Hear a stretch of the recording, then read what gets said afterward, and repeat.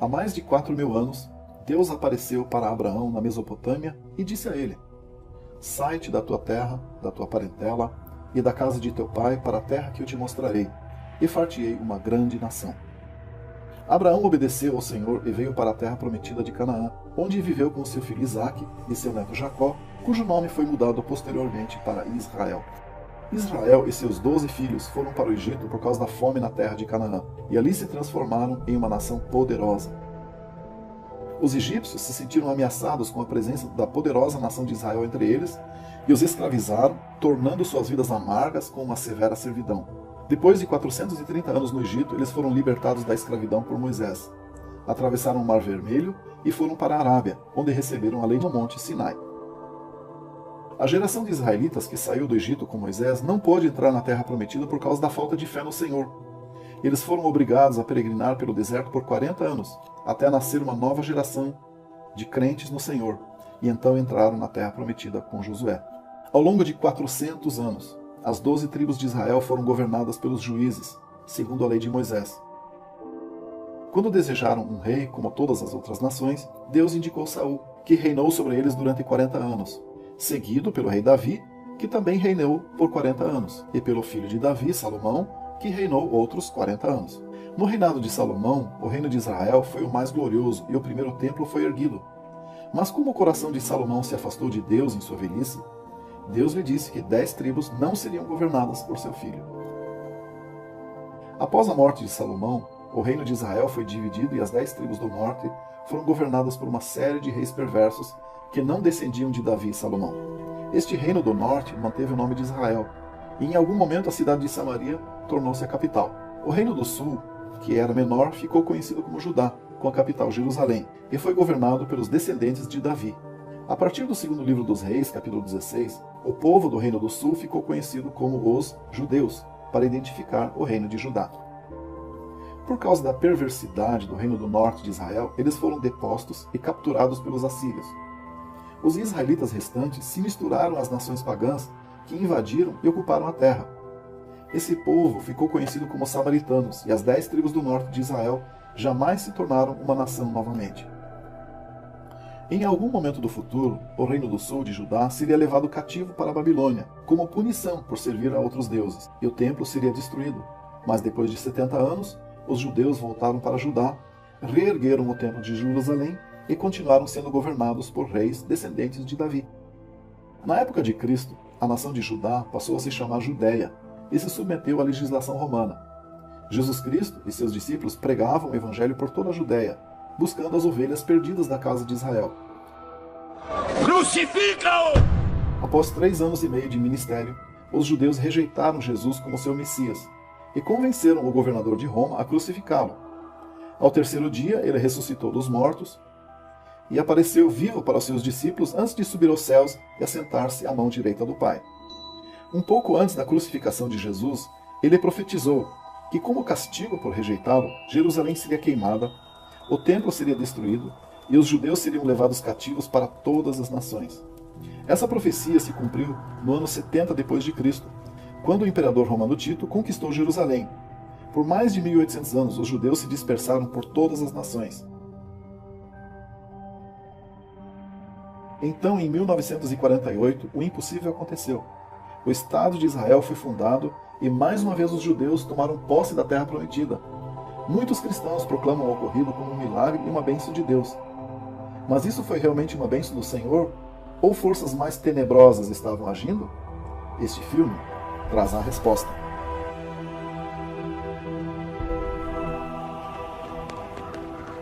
Para entender a fundação do moderno Estado de Israel, é preciso entender a história do povo judeu de 70 a C até aquele tempo. Você tem que entender que a religião deles não é mais baseada na Bíblia, de forma alguma. Por exemplo, desde que o templo foi destruído, eles deixaram de fazer sacrifício de animais. No que diz respeito ao sacrifício de animais, isso foi extinto. Acabou. O que se desenvolveu no judaísmo foi um sistema de orações, como uma espécie de substituto. Bem, eu acho que isso foi o começo da modernização, e eu realmente acredito nisso. Após a destruição daquele templo, os judeus deixaram de ter uma localização central. Eles se dispersaram, eles mudaram literalmente a natureza do judaísmo, e a forma portátil do judaísmo propiciou uma transformação do judaísmo sacerdotal para o judaísmo rabínico. Judaísmo deixou de ser a religião do Antigo Testamento e passou a ser a religião dos rabinos e suas tradições, ou o que eles chamam o Tora oral. Talmud é o livro sagrado dos judeus. Representava os dizeres dos rabinos. Ele é conhecido como a sabedoria dos rabinos. O Talmud é uma compilação de todas as discussões importantes ocorridas do 2º século a.C. até o 5º século da era cristã. É uma espécie de enciclopédia do conhecimento judaico. A melhor maneira de se referir a ele seria chamando-o de Wikipídia Judaica dos Antigos. Sim, porque várias pessoas participaram. Certo. Ele não foi escrito por uma pessoa só. Várias centenas de estudiosos, centenas de autores.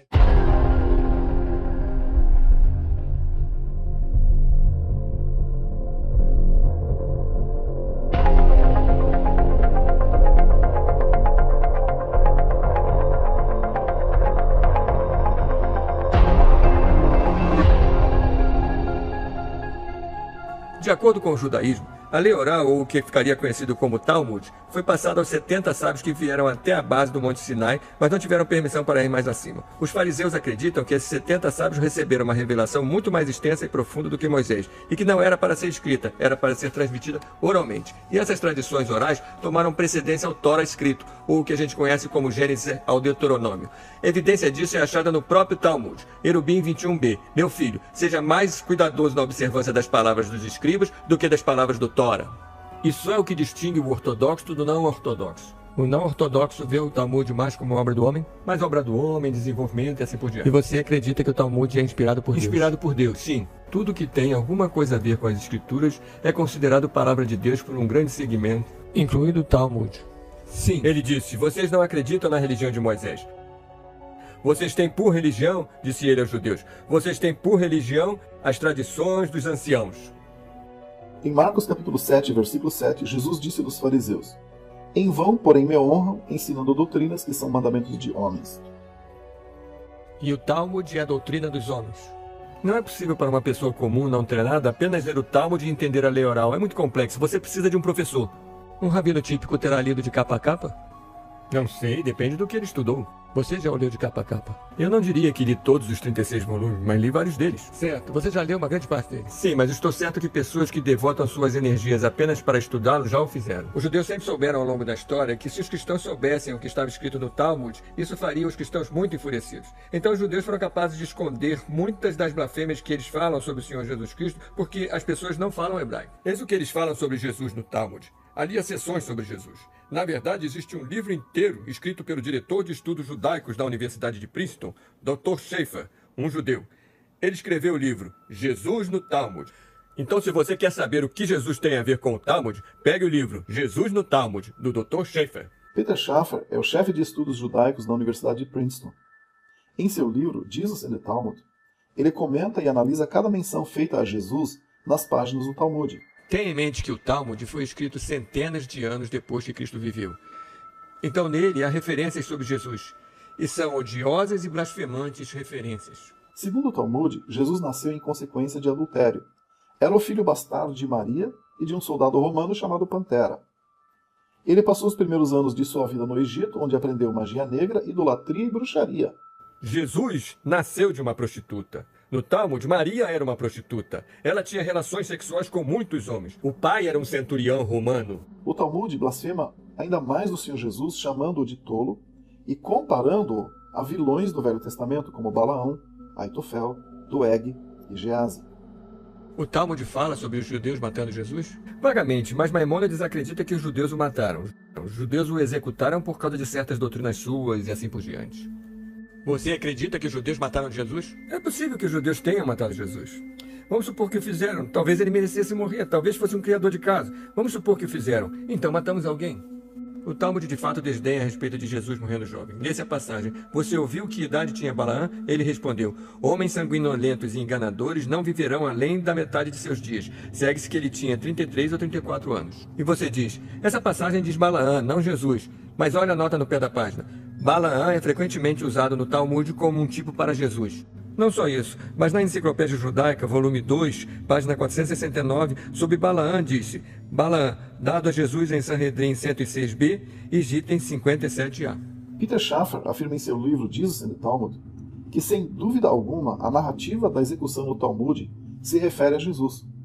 Na verdade, o livro diz que não há motivo para se sentir envergonhado porque executamos acertadamente um blasfemador e idólatra. Jesus merecia morrer e teve o que mereceu. Em algum outro lugar, o livro afirma: ele era um blasfemador e idólatra. E mesmo que os romanos provavelmente não pudessem tratar com mais rigor, insistimos que ele recebeu o que merecia. Inclusive convencemos o governador de Roma, ou mais precisamente, nós o forçamos a aceitar, que aquele herege impostor devia ser executado. E nós nos orgulhamos disso. Em um artigo sobre seu novo livro, publicado em Publishers Weekly, Schaffer disse: certamente não pretendo prejudicar o diálogo entre cristãos e judeus, mas um diálogo exige honestidade e estou tentando ser honesto. Existem judeus maçônicos hoje que querem pegar o Talmud e fazê-lo cristão. Como você pode pegar um livro amaldiçoado e fazê-lo cristão? Todas essas mentiras sobre Jesus estão lá. Os pais da igreja culparam os judeus pela morte de Jesus, e é exatamente isso que faz Paulo. Paulo fez isso na Epístola para os Tessalonicenses, capítulo 2, versículos 14 e 15. Pois vocês, irmãos, se tornaram seguidores das igrejas de Deus que na Judeia estão em Cristo Jesus. Pois vocês também sofreram coisas semelhantes de seus conterrâneos, como eles dos judeus, que mataram Jesus. Agora, o que está escrito aí? Infelizmente, isto envenenou as mentes de gerações de cristãos. Você sabia disso? 1 Tessalonicenses Isso é Paulo. 2. Até hoje, 26% de todos os americanos acreditam que os judeus foram responsáveis pela morte de Jesus. Quando Mel Gibson apareceu com a sua paixão de Cristo, disseram: "Oh, é um antissemita, que pessoa horrível, ele diz que os judeus mataram Jesus." Bem, isso é o que a Bíblia diz. O filme A Paixão de Cristo, quando foi exibido, subiu de 26% para 36% porque as pessoas são tão manipuláveis. Ele retrata os judeus como pessoas malignas, o que não faz nenhum sentido. Os judeus chamam isso o mito de que os judeus mataram Jesus. Deixe-me explicar a você. O fato de que os judeus mataram Jesus não é um mito. Está na Bíblia. Os cristãos acreditaram nisso. Eles ainda acreditam nisso. Eles acreditam nisso até hoje. Isso foi impregnado em suas mentes. Eles culpam todos os judeus, ainda que a maioria dos judeus não estivesse lá. Veja em Atos 3, versículo 13, diz: "O Deus de Abraão e de Isaque e de Jacó, o Deus de nossos pais, glorificou seu filho Jesus, a quem vocês entregaram e negaram na presença de Pilatos, quando ele estava decidido a deixá-lo ir." Então aqui ele está pregando a milhares de judeus e diz: "E agora, irmãos, eu sei que por ignorância vocês fizeram isso, assim como também os seus governantes." Espera um minuto. Eu pensei que eram só os governantes. Não, ele disse: "Vocês fizeram isso, assim como também os seus governantes." Foi o povo também. Porque lemos nos relatos das Escrituras, o povo está gritando, um fronte maciço de milhares e milhares dos judeus está gritando: "Crucifiquem-no!" Ele disse: "Devo crucificar o vosso rei? Não temos rei a não ser César." "Estou livre do sangue dessa pessoa justa", disse o romano Pilatos. "Seu sangue esteja sobre nós e sobre nossos filhos." Isso é o que eles disseram. Está dito no Talmud que Jesus corrompeu o judaísmo. E como punição por seus crimes, ele está agora no inferno, ardendo numa fervura de excrementos, e estará assim para todo sempre. Eles odeiam Jesus Cristo, eles odeiam o nome. Acho que é porque são filhos do diabo, não filhos de Deus. Portanto, o diabo, pense no ódio que ele tem de Jesus. O que você acha que os filhos deles têm? O judeu médio acha que o Velho Testamento é um belo livro de mitos, histórias de boa índole. Mas para entender o Velho Testamento, somente se você estudar o Talmud e a Cabala. Os judeus pararam de acreditar no Tora, começando em Gênesis capítulo 1. Eu acredito que a criação é um desígnio que não tem fim. A evolução faz parte desse processo. E o começo, para mim, bem, tem pessoas que falam sobre a teoria do Big Bang. Eu não tenho nada contra elas. Você não toma o começo do Gênesis com o Jardim do Éden, a serpente, você não toma aquilo literalmente, então. Não, para mim são parábolas. Então, você olha para os ensinamentos centrais dos livros de Moisés, Gênesis ao Deuteronômio, os judeus não acreditam em nada disso. Eu ouvi dizer tantas vezes: os judeus só acreditam no Velho Testamento. Eles creem em tudo que nós acreditamos, exceto Jesus. E isso é uma grande mentira. Eles não acreditam em Deus, eles não acreditam em Jesus Cristo, eles não acreditam nem no Velho nem no Novo Testamento. E como se define o que é bom e o que é mal? É o que chamamos civilização. As pessoas se reúnem e determinam: não se deve roubar. E a civilização diz: isso é mal. É assim que se avalia o que é bom. Se você vem de uma sociedade em que roubar é bom, então é assim que essa civilização distingue o bom do mal. Se você não rouba, você é mau. Se você rouba, você é um de nós. Existe um certo e um errado absoluto, ou roubar é sempre errado porque Deus disse assim? Não existe nada absoluto, em minha opinião. Diz em João 5, 46, 47. Porque se vocês acreditassem em Moisés, acreditariam em mim, pois ele escreveu sobre mim. Mas se não acreditam nos seus escritos, como acreditarão nas minhas palavras? Jesus Cristo estava dizendo aos judeus do seu tempo que eles não acreditavam em Moisés. Eles clamavam que acreditavam em Moisés, mas não acreditavam nele. Ele explica aqui que, se você não acredita nele, não acredita em Moisés. Nossa prática é diferente, nossa crença é diferente, talvez nossa abordagem seja diferente, mas a destinação é a mesma. Estamos tentando alcançar Deus. Esse é todo o objetivo. Quer dizer, você acredita que todas as religiões estão indo na mesma destinação, apenas por rotas distintas? Exato, e diferentes modos de chegar lá, e diferentes ideias sobre como chegar lá. Mas isso não torna um melhor que o outro. Não existe um caminho para Deus, não existe um entendimento único de Deus. Para conhecer Deus, precisamos nos entender uns aos outros, precisamos nos conhecer.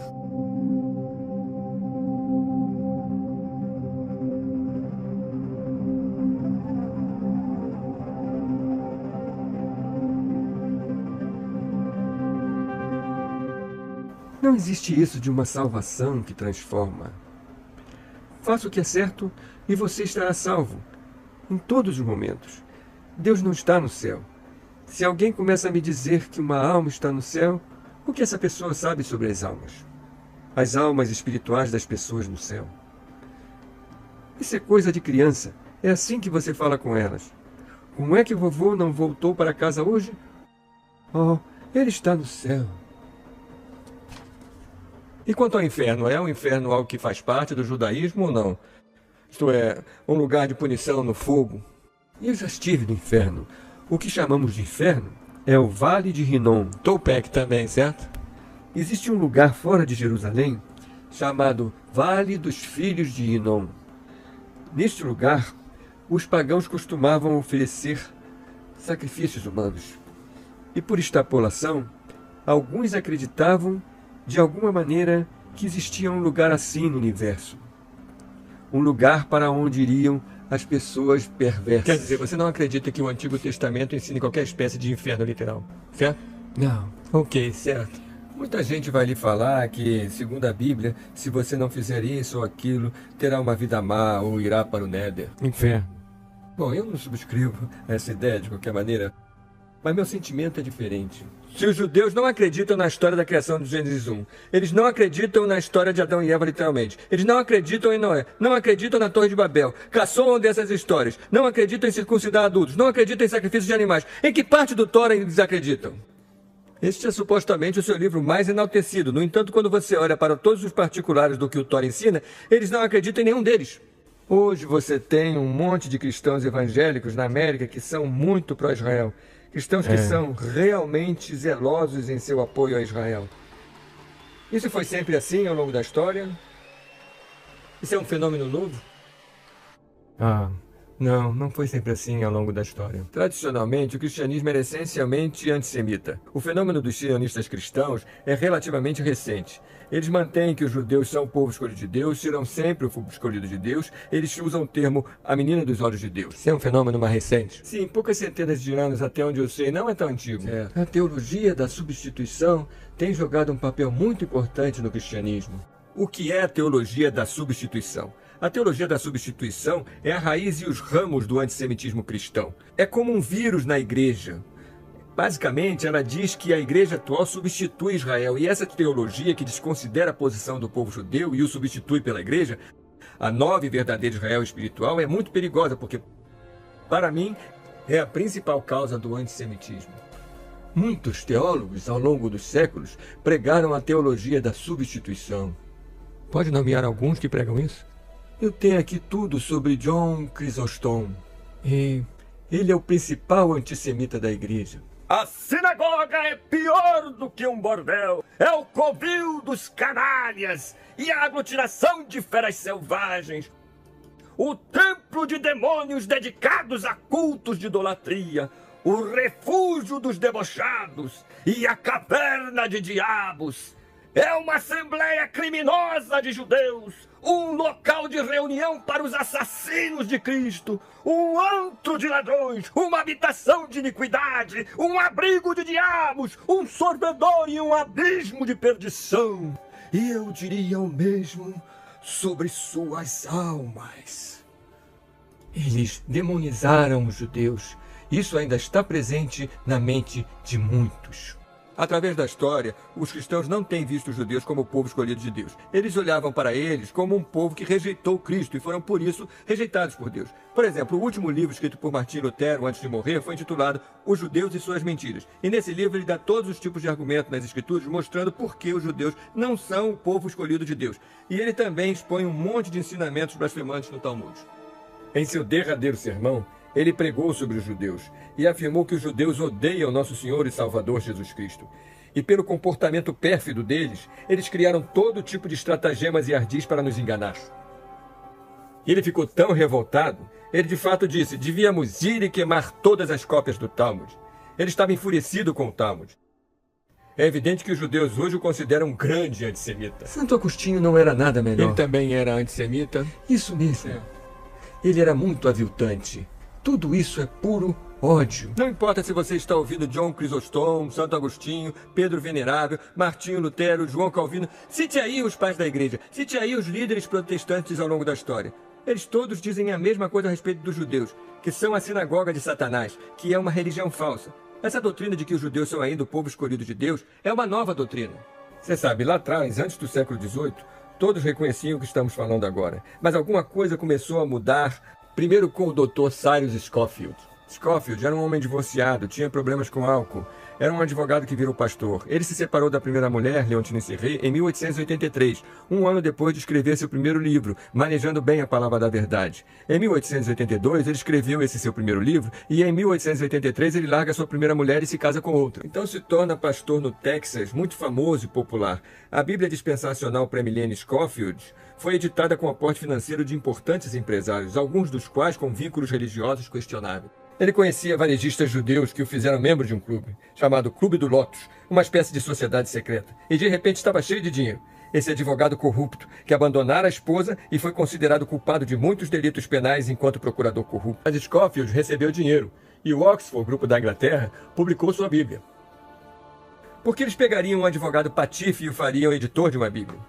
E então, de repente, surgiram milhões de dólares para promovê-la. Com essa quantidade de dinheiro, a Bíblia decolou e basicamente selou o negócio para os judeus.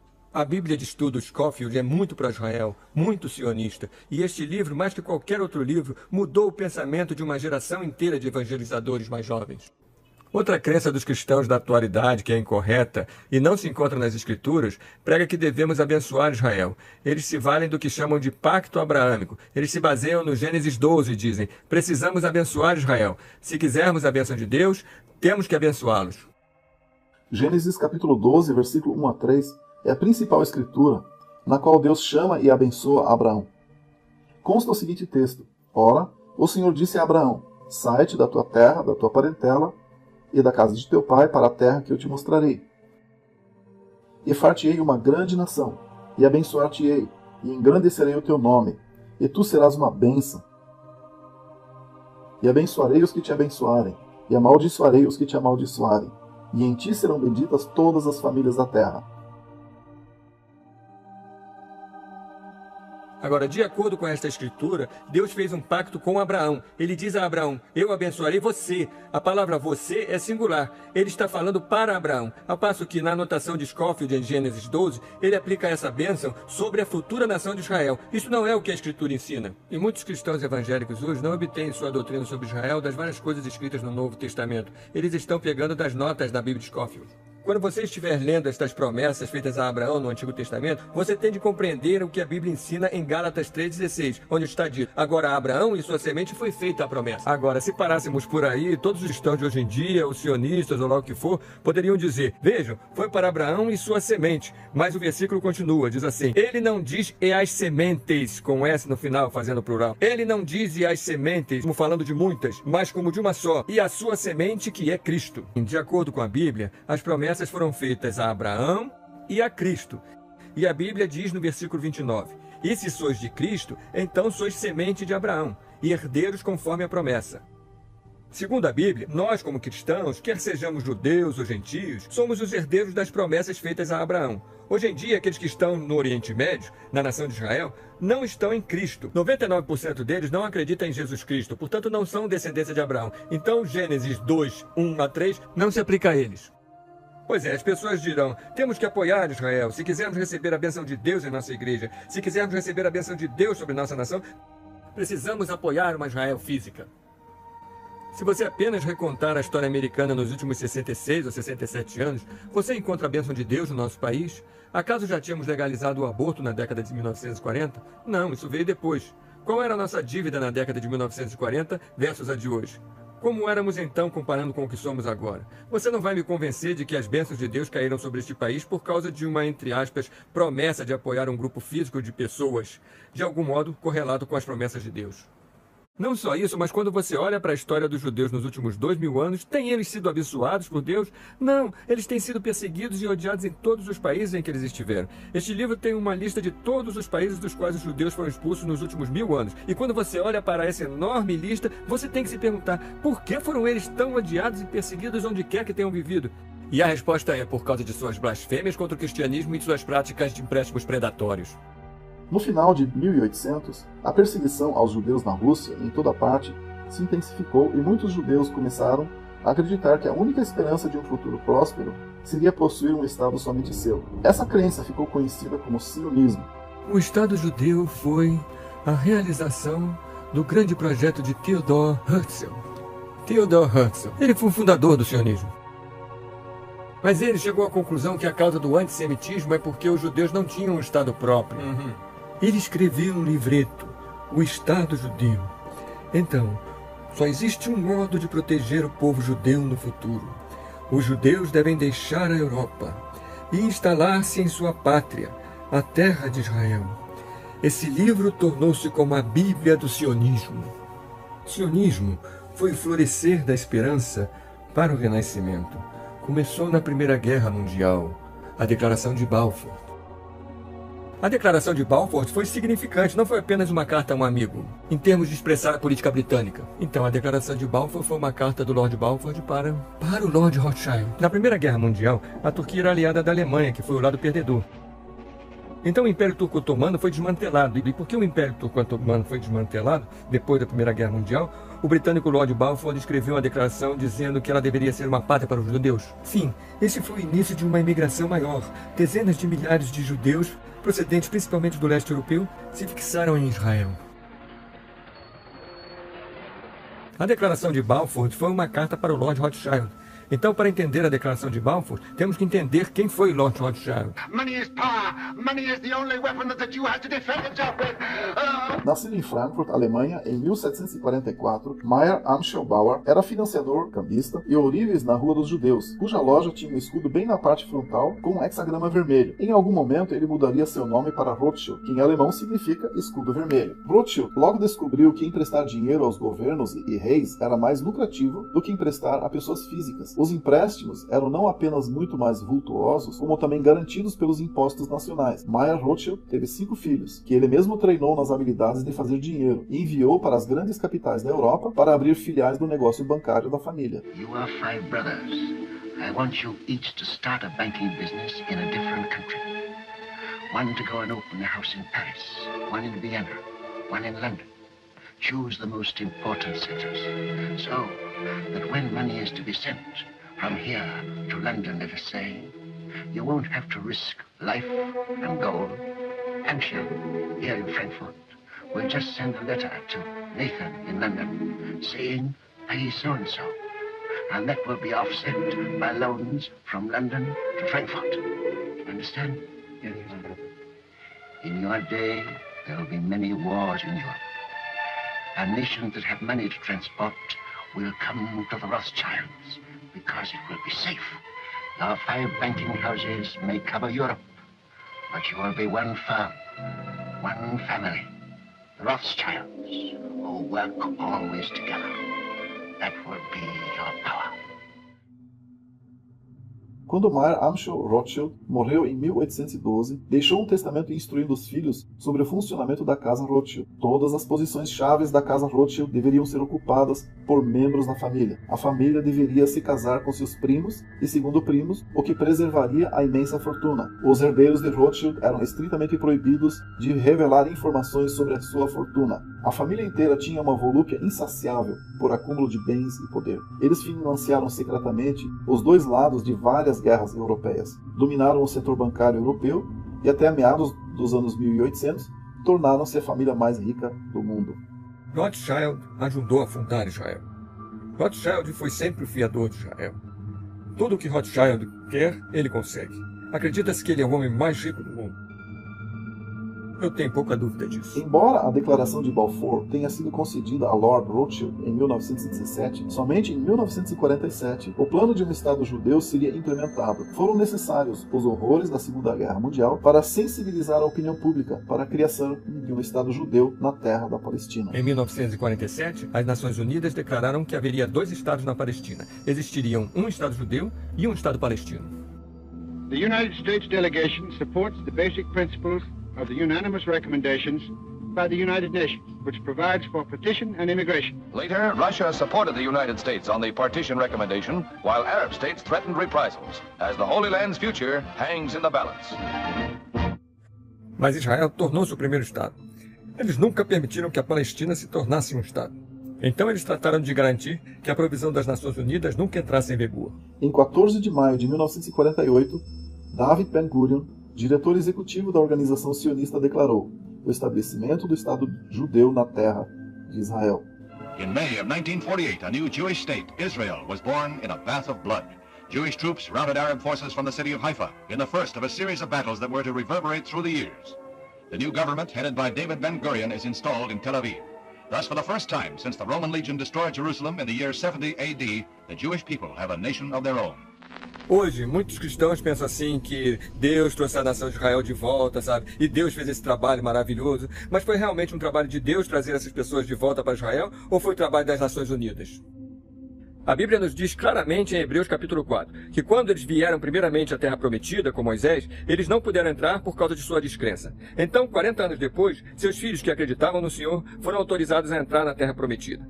Então, mais tarde, eles adoraram outros deuses e o que fez Deus? Ele os removeu da terra prometida. Eles foram para a Babilônia por 70 anos. Então, depois que se arrependeram e se afastaram de seus falsos deuses, eles voltaram para a terra prometida. Então, quando eles rejeitaram Jesus Cristo, eles foram removidos da terra prometida novamente. E então, em 1947, eles todos acreditavam no Senhor Jesus Cristo e Deus os trouxe de volta para a terra prometida. Foi isso que aconteceu? Não!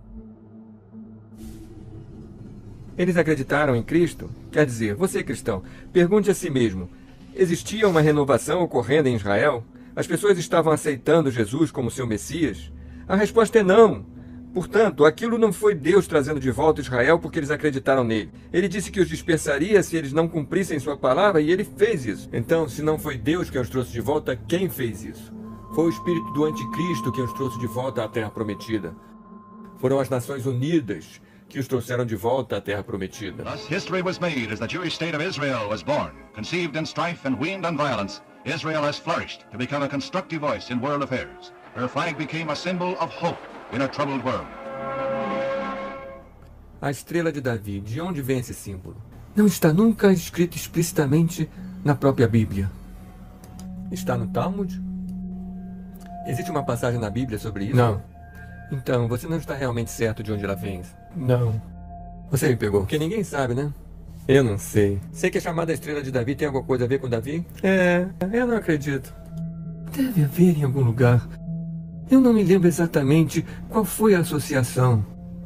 Eu acredito que o que eles chamam de estrela de Davi é de fato a estrela de Renfã, porque quando você estuda a Bíblia, você vê que quando eles adoravam outros deuses, a Bíblia fala sobre eles erguendo a estrela do seu deus Renfã. Vocês rejeitaram o Deus da Bíblia. Vocês tomaram para si a estrela, que é essa estrela de 6 pontas, do seu deus chamado Renfã, ou Kium. Todos esses são nomes para Moloque, o grande Baal, o grande deus do fogo, que é o demônio. Beelzebub. Isso mesmo, Beelzebub. E eles ficaram chocados com isso. Então, quem é esse Deus da estrela? Se eles apenas lessem o Velho Testamento, eles saberiam isso. Em Amós, Deus disse: Vocês ergueram a estrela e eu fiquei furioso com isso. E vocês sacrificaram seus próprios filhos ao Deus da estrela. Pelo fogo, eles sacrificaram os próprios filhos. Os judeus fizeram isso ao Deus da estrela. Quando eles idolatravam um falso Deus, eles tinham a estrela de Renfã como um ícone, como um símbolo. Não vemos nunca a estrela de Davi na Escritura, mas sim a estrela do falso Deus Renfã. E assim sabemos hoje que eles não estão adorando o verdadeiro Deus, porque a Bíblia diz: quem rejeita o Filho, rejeita também o Pai. Mas quem aceita o Filho, tem também o Pai. Se os judeus não acreditam no Filho, a Bíblia diz que eles não têm o Pai. Então quem eles têm? Um outro alguém, um falso Deus. Portanto, eles não estão adorando o mesmo Deus que nós adoramos. Algumas pessoas dirão: eles adoram o Deus Pai. Eles apenas não reconhecem Jesus. Mas a Bíblia ensina que é impossível adorar o Pai se você não reconhece o Filho. Retornemos à fraternidade maçônica, da maçonaria. Seu grande símbolo é o G. Você olha para o esquadro e compasso? É uma estrela de Davi estilizada. De fato, eles têm a estrela de Davi inteira em vários templos maçônicos. Por que isso? A maçonaria é um estudo do judaísmo e da Cabala. The Jewish Tribune newspaper, on October 28, 1927, stated, Freemasonry is based on Judaism. Eliminate the teachings of Judaism from the Masonic ritual, and what is left? Albert Pike disse em seu livro Moral e Dogma que a Cabala é o próprio fundamento. Sem a Cabala, não teríamos os 33 rituais da loja maçônica. Mas o Deus que eles idolatram, o grande arquiteto, é Moloque, o Deus da estrela. Se alguém disser para mim que os judeus não foram lançados sob uma grande maldição pelo próprio Jesus, está lá. Em João 8,37 é interessante porque Jesus disse isso. Ele disse: eu sei que vocês são semente de Abraão. Então ele está reconhecendo o fato de que eles são descendência física de Abraão. Ele diz: eu sei que vocês são semente de Abraão, mas vocês buscam me matar porque minha palavra não tem lugar em vocês. Eu falo aquilo que eu vi com o meu pai, vocês fazem aquilo que vocês viram com o seu pai. Eles responderam e disseram para ele: Abraão é o nosso pai. Jesus disse para eles: se vocês fossem filhos de Abraão, vocês fariam os trabalhos de Abraão. É interessante porque no versículo 37 ele reconhece que eles são semente de Abraão. Ele reconhece que eles são descendência física de Abraão. Mas no versículo 39 ele está questionando, ele está dizendo: se vocês fossem filhos de Abraão, vocês fariam os trabalhos de Abraão. Ele está falando basicamente: vocês não são filhos de Abraão, porque, como ele falará mais adiante na passagem que ele diz, vocês são filhos do seu pai, o diabo. Então é interessante que Jesus, ele próprio diz que você pode ser um descendente físico de Abraão e ser da semente de Abraão e ele não considerar você um filho de Abraão.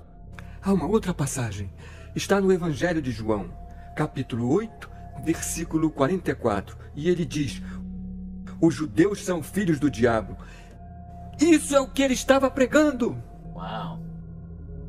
Jesus, ele próprio ensinou: vocês são do seu pai, o diabo, e os desejos do seu pai vocês farão. Ele foi um assassino desde o começo e não se abrigou na verdade, porque não há nenhuma verdade nele. Quando ele fala uma mentira, ele fala dele próprio, pois ele é um mentiroso e o pai da mentira. De acordo com o Senhor Jesus Cristo, ele diz: vocês são do seu pai, o diabo. Então Jesus acreditava que eles não estavam seguindo Abraão, eles não estavam seguindo Moisés, eles não estavam seguindo os profetas, eles não estavam seguindo Deus, ele diz: eles estavam seguindo o pai deles, o diabo. Você sabe, no Apocalipse 2 e 3, há versículos interessantes que falam: dois que se dizem judeus e não são, mas são a sinagoga de Satanás.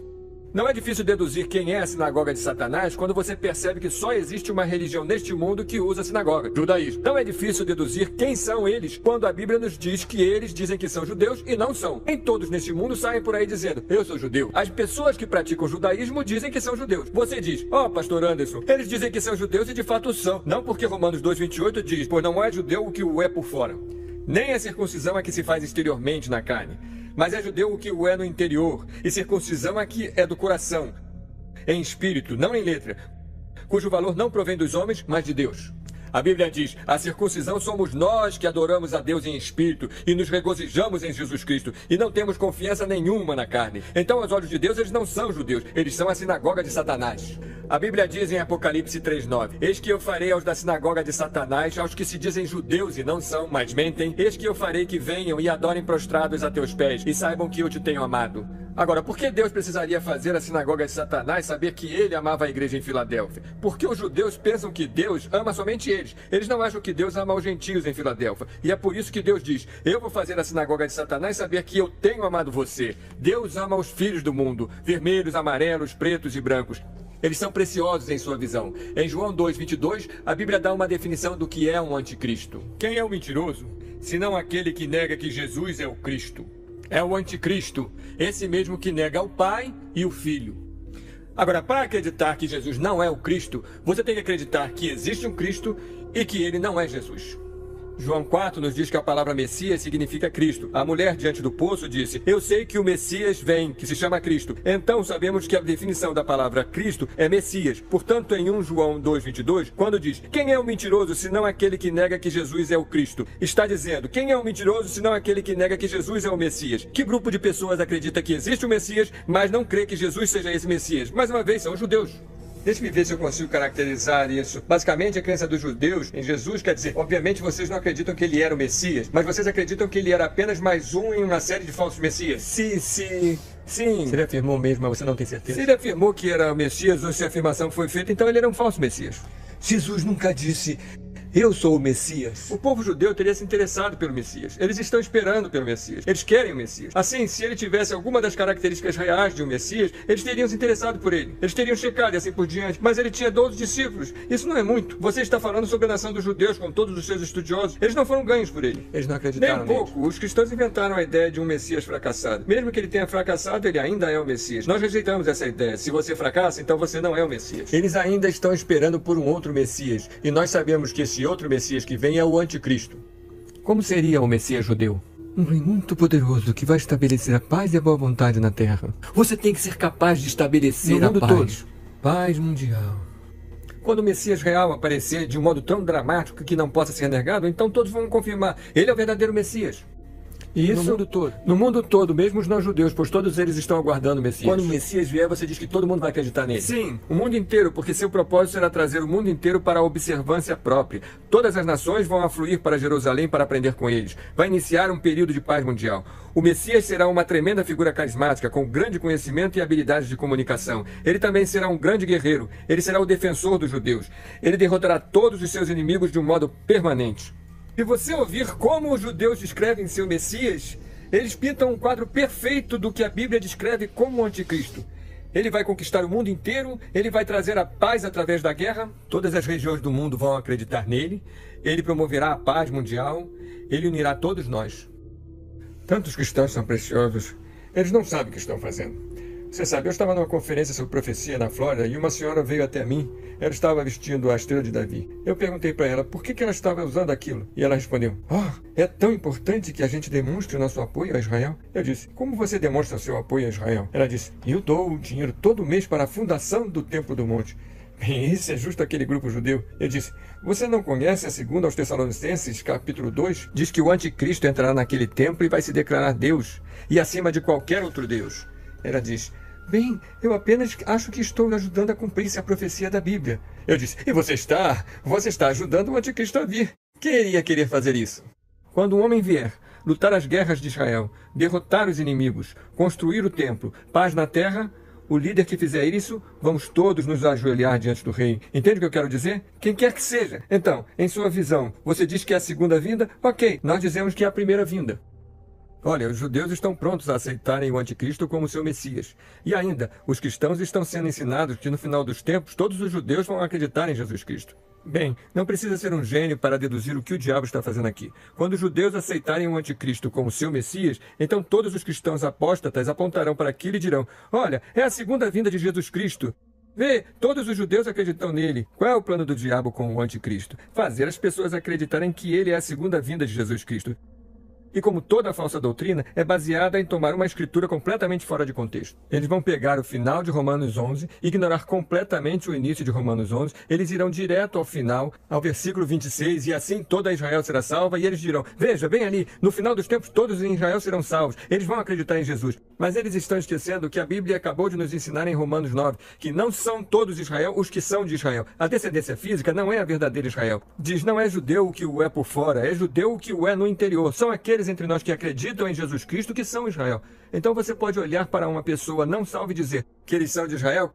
Quando a Bíblia diz toda Israel será salva, isso me diz que qualquer um que não seja salvo não é Israel. E é o anticristo, não Jesus Cristo, o anticristo, que irá unir judeus, falsos cristãos e todas as outras religiões do mundo. Para que o anticristo judeu unifique todas as religiões do mundo, o diabo precisará convencer a principal corrente do cristianismo a considerar os judeus seus companheiros crentes, apesar de sua rejeição e blasfêmia a Jesus Cristo. Teleevangelistas como John Hagee ignoram os ensinamentos claros do Novo Testamento e aplicam as promessas feitas a Abraão em Gênesis capítulo 12, versículo 1 ao 3, ao Israel da atualidade, que rejeita a Cristo. Quem preserva uma visão bíblica de que os judeus não são mais o povo escolhido de Deus é rotulado pela mídia como um antissemita. Israel's fight is our fight. We are one. We are united. We will not be discouraged. We will not be defeated. We will not be intimidated. We will not sit down. We will not be silent. We are the worst nightmare of the anti-Semites of the world. The victory is going to be ours. If you will not stand with Israel and the Jews, then I will not stand with you. Thank you and God bless you. No, we stand with the people of Israel.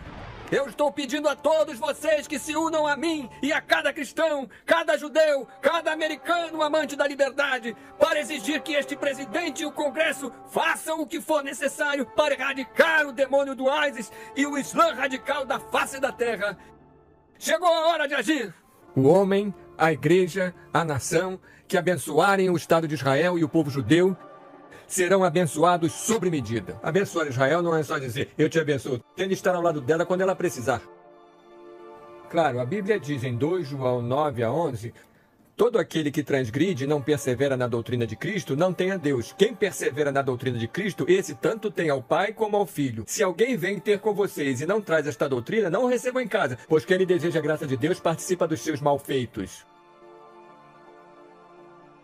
O que você está fazendo quando você deseja a graça de Deus a alguém? Você o está abençoando. Então o cristianismo evangélico hoje está dizendo que devemos abençoar Israel. Mas 2 João ensina que se abençoarmos aqueles que negam o Filho de Deus, seremos partícipes de seus malfeitos. Evangélicos, claro, são um grande segmento da cristandade americana. Os batistas do sul, os pentecostais, a Assembleia de Deus, todos esses são grupos muito fervorosos e eles basicamente têm sido pró-Israel, pró-sionismo. Muitos deles de fato, fecharam a porta para a conversão, dizendo, você não precisa de Jesus, você é judeu. No jornal Houston Chronicle, John Hagee foi citado como autor da seguinte afirmação: não estou tentando converter o povo judeu para a fé cristã. Nada em The Night to Honor Israel, uma noite para homenagear Israel, faz isso. Na verdade, a tentativa de converter judeus é uma perda de tempo. A pessoa judia, que tem suas raízes no judaísmo, não vai se converter ao cristianismo. Todos os demais, quer sejam budistas ou Bahá'í, precisam crer em Jesus, mas os judeus não. Os judeus já têm um pacto com Deus que nunca foi substituído pelo cristianismo. E realmente essa é a coisa mais antissemita que se pode dizer. Não evangelize os judeus, porque isso os mandará para o inferno. A Bíblia diz, aquele que crê no Filho tem a vida eterna, mas aquele que não crê no Filho não verá a vida, mas a ira de Deus sobre ele permanece. Mas John Hagee ensina que os judeus já estão prontos para ir, não precisamos evangelizar os judeus. Bem, John Hagee está totalmente errado. A Bíblia nos diz que devemos ganhar as almas perdidas e pregar o Evangelho para todas as criaturas. Citei anteriormente C. Scofield, que se divorciou e se casou novamente. Não é interessante que John Hagee tem a mesma história? Divorciou-se da mulher, casou-se de novo com uma outra e lidera uma grande igreja pentecostal e enfatiza Israel ao ponto da idolatria. Livre! É livre mesmo! Dê a ele louvor e glória na casa de Deus! From the 18,000 people who belong to his church in San Antonio, Texas, John Hagee today. To the 99 million homes he says tune into his weekly radio and television broadcast, John Hagee has built an empire sharing the gospel of Israel with evangelicals around the world. Jesus Christ. And as the leader of Kufa, his power extends from the pulpit to politics. John Hagee é um falso professor blasfemo que ensina que Jesus Cristo não veio à Terra para ser o Messias.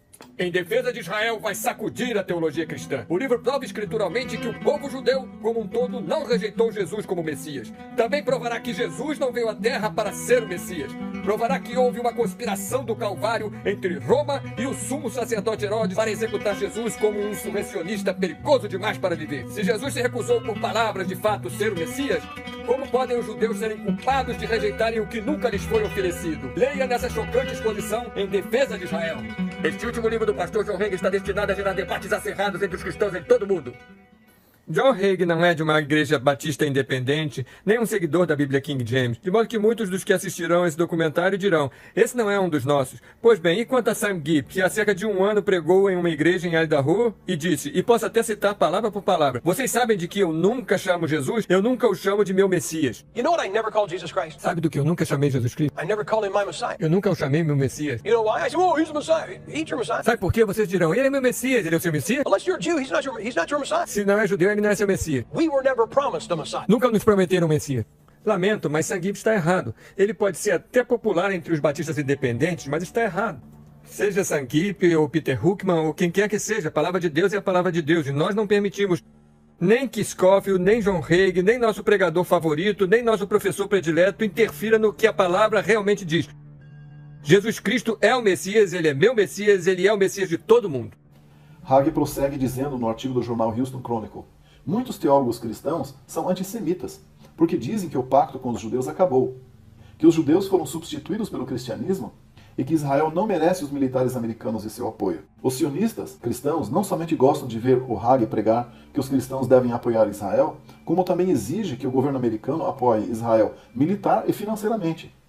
Como os cristãos evangélicos constituem grande parte da população votante, os políticos zelosamente fazem uma viagem até Israel para rezar para o Deus dos judeus diante do Muro das Lamentações. Deixe-me dizer isso. Aqueles que odeiam Israel odeiam a América, e aqueles que odeiam os judeus odeiam os cristãos. Então, oposição a Israel é oposição a Deus. E eu não me importo com aquilo em que eles acreditam ou onde eles estão na linha do tempo espiritual, porque não é problema meu. Eu tenho o apoio dele e não importa o que ele faz, nem onde ele está.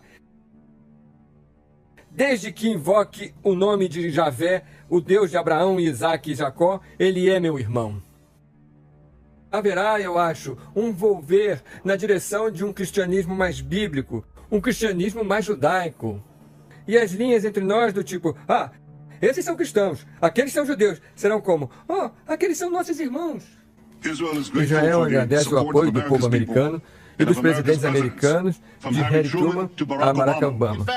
De fato, tenho orgulho de dizer que nenhuma administração norte-americana tem dado mais suporte à segurança de Israel do que a nossa. Nenhuma. Não permitam a que ninguém lhes diga o contrário. É incontestável. Reconhecemos o direito de Israel a se defender e o dever da América de apoiá-los. Em 2 Crônicas 19, um rei divino de nome Jeosafá estava indo ajudar Israel militarmente. Eis o que Deus disse a ele. E Jeú, filho de Anani, o vidente, saiu ao encontro do rei Jeosafá e lhe disse, devias tu ajudar ao ímpio e amar aqueles que odeiam ao Senhor? Por isso virá sobre ti grande ira da parte do Senhor. Então, estão nos dizendo hoje que se apoiarmos a nação de Israel, seremos abençoados por Deus por causa de Gênesis 12, quando em realidade a Bíblia ensina que se ajudarmos uma nação ímpia e perversa como Israel, teremos sobre nós a ira do Senhor. Por que deveríamos nós, como cristãos acreditantes na Bíblia, apoiar a nação de Israel, quando a nação de Israel não permitirá sequer a um cristão imigrar ao país dele? Se você quiser imigrar para Israel, você tem que renunciar ao nome de Jesus Cristo. Então, para alguém se tornar um judeu ortodoxo ou ganhar o direito de retorno, ele tem que renunciar ao cristianismo, por exemplo? Eles têm. Você não pode ser um judeu e um cristão. É um ou outro. Então, com respeito ao moderno Estado de Israel, ele requer a renúncia à ex-afiliação religiosa, ele requer um número de rituais que são destinados a purificar a pessoa de sua afiliação religiosa anterior. Alguém que não é judeu não teria apenas um convite automático para emigrar para Israel? Não como cidadão. Não como cidadão.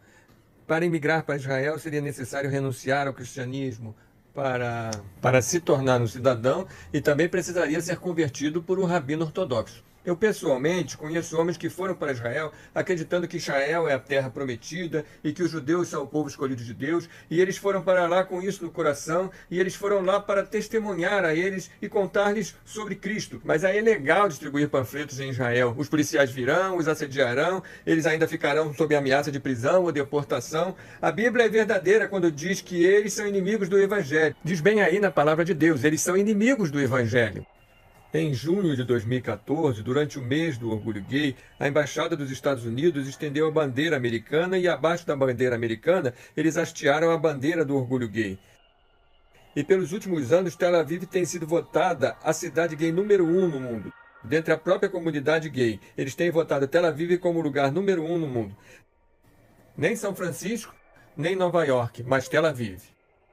Nós fomos estabelecidos para o estabelecimento de Israel. Nossas identificações estão por toda parte. Tire $1 do seu bolso.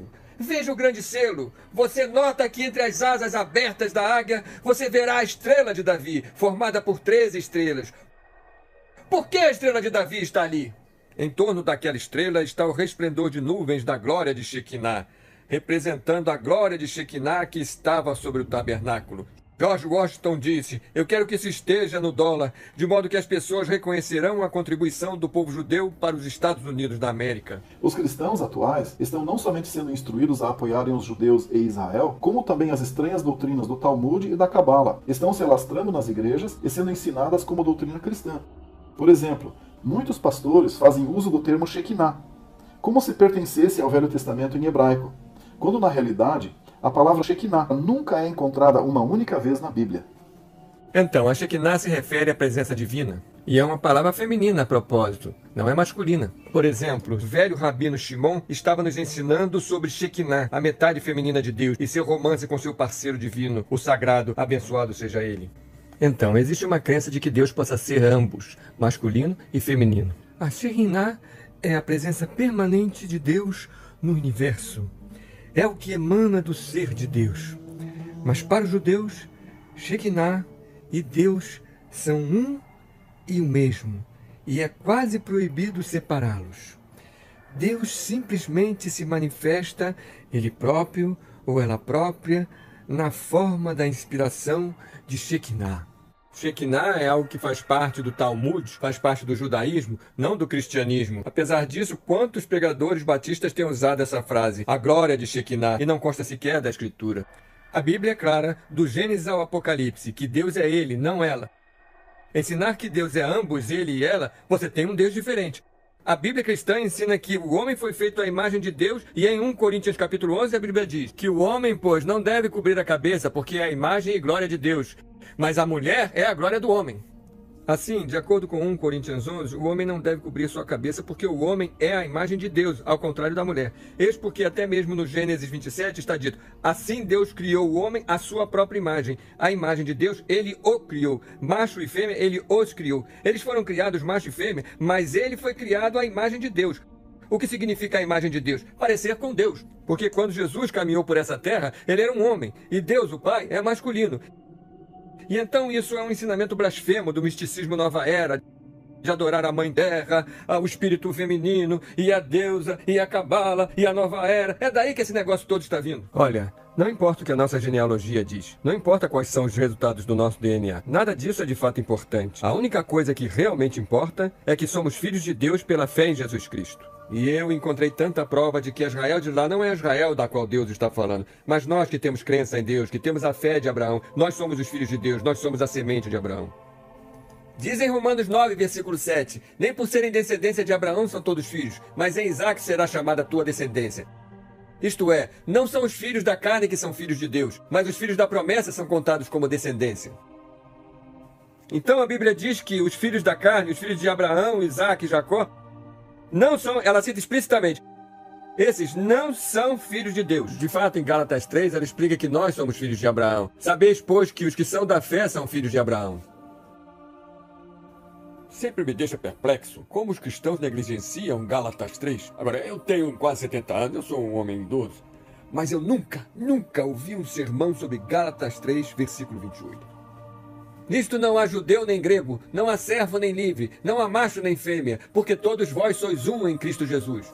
E se sois de Cristo, então sois descendência de Abraão e herdeiros conforme a promessa. Ambos são fantásticos. Quem é o herdeiro da promessa? Quem quer que tenha Jesus? Efésios capítulo 2 lê-se: portanto, lembrai-vos de que vós, noutro tempo, éreis gentios na carne, e chamados incircuncisão pelos que na carne se chamam circuncisão, feita pela mão dos homens, que naquele tempo estáveis sem Cristo, separados da comunidade de Israel, e estranhos às alianças da promessa, não tendo esperança e sem Deus no mundo. Mas agora, em Cristo Jesus, vós, que antes estáveis longe, já pelo sangue de Cristo chegastes perto. Versículo 19: assim que já não sois estrangeiros, nem forasteiros, mas concidadãos dos santos e da família de Deus. De acordo com essa escritura, nós somos concidadãos de Israel. Porque atrás do versículo 12 ele disse: quando vocês estavam sem Cristo, estavam separados da comunidade de Israel. Vocês eram estrangeiros e forasteiros em Israel. No versículo 19 ele diz: agora vocês são concidadãos dos santos. Então, quem é a verdadeira Israel? É algum cara no Oriente Médio que sequer acredita em Jesus e está adorando Shekinah? Ou é o verdadeiro crente no Senhor Jesus Cristo que foi levado e plantado firme no seio de Israel?